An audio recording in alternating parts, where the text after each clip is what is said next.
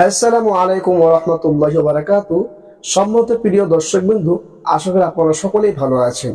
সম্মানিত বন্ধুগণ, আজ আমি আপনাদের মাঝে জাহান্নামের গভীরতা সম্পর্কে হাদিস থেকে কিছু কথা আলোচনা রাখতে চাই। অল্প কয়েক মিনিট সময় নেব মাত্র। হযরত আবু হুরায়রা রাদিয়াল্লাহু তাআলা আনহু থেকে বর্ণিত, তিনি বলেন যে আমরা একবার রাসূলুল্লাহ সাল্লাল্লাহু আলাইহি ওয়াসাল্লামের খেদমতে বসেছিলাম। ঠিক সেই সময় একটি কিছু আওয়াজ, পতিত হবার, কিছু পড়ে যাওয়ার আওয়াজ, সেখানে শব্দ শোনা গেল।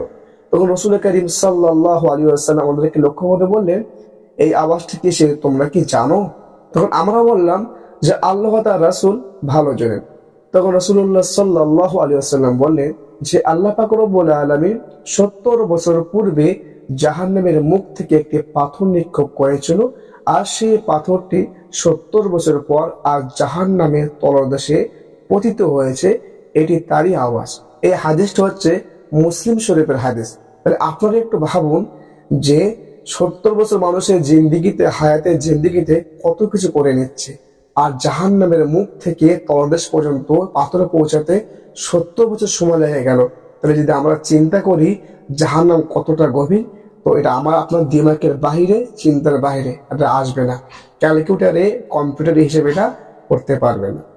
এবার জাহান্নামের যে দেয়াল আছে, 4টি দেয়াল দ্বারা জাহান্নাম বৈশিষ্ট্য। জাহান্নামের একটি একটি দেয়াল কতটা চওড়া আপনারা জানেন? ইনশাআল্লাহ এটা হাদিস থেকে আপনাদের প্রমাণ দেবো।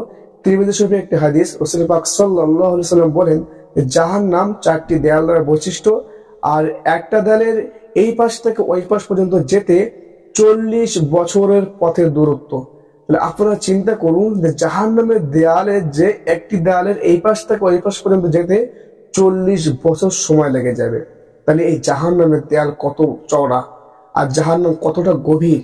তাহলে কুরআনুল কারীমে এই জাহান্নাম সম্পর্কে তারা বান্দাদেরকে সচেতন করেছেন যে ইয়া আইয়ুহাল্লাযীনা আমানু কু আনফুসাকুম ওয়া আহলিকুম নারা ওয়াকুদুহান নাস ওয়াল হিজারা, সূরাতুত তাহরিম। আল্লাহ তাআলা বলেন, হে ঈমানদারগণ, তোমরা তোমাদের নিজেদেরকে এবং তোমাদের পরিবার পরিজনদেরকে জাহান্নামের আগুন থেকে বাঁচাও। তা আল্লাহ তাআলা জাহান্নামের আগুন থেকে ঈমানদারগণ ও তার পরিবার পরিজনদেরকে বাঁচার কথা বলে। কারণ জাহান্নাম তো এত ভয়ানক হবে, এতটা কষ্টদায়ক হবে, যেটা আমার আপনার সহ্য সাধ্যের বাইরে, আমরা সহ্য করতে পারবো না। সেজন্য আল্লাহ পাক রব্বুল আলামিন আমাদেরকে আগে থাকতে সচেতন করে দিয়েছেন, নিজে বাঁচো, নিজেদের পরিবার পরিজনদেরকে বাঁচাও। আমরা দুনিয়ায় দেখতে পাই কোনো বিপদস্ত জায়গায়, কোনো ডেঞ্জার জায়গায়, কোনো খতরনাক জায়গায় সেখানে সাইনবোর্ড লেখা থাকে যে ডেঞ্জার, সেখানে কোনো ভয়াবহ কিছু একটা আছে, ভয়াবহ কিছু ঘটবে। এরকম পাওয়ার হাউস, ইলেকট্রিক পাওয়ার হাউসে লেখা থাকে না ডেঞ্জার।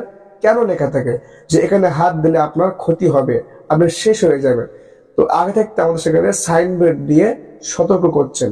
তা আল্লাহ তাআলা ঠিক তদ্রূপভাবে আমাদেরকে বলছেন, তোমরা নিজেদেরকে, নিজেদের পরিবার পরিজনদেরকে জাহান্নামের আগুন থেকে বাঁচাও, কারণ খুবই ভয়াবহ হবে সেই আযাব, আমাদের সহ্যের বাহিরে।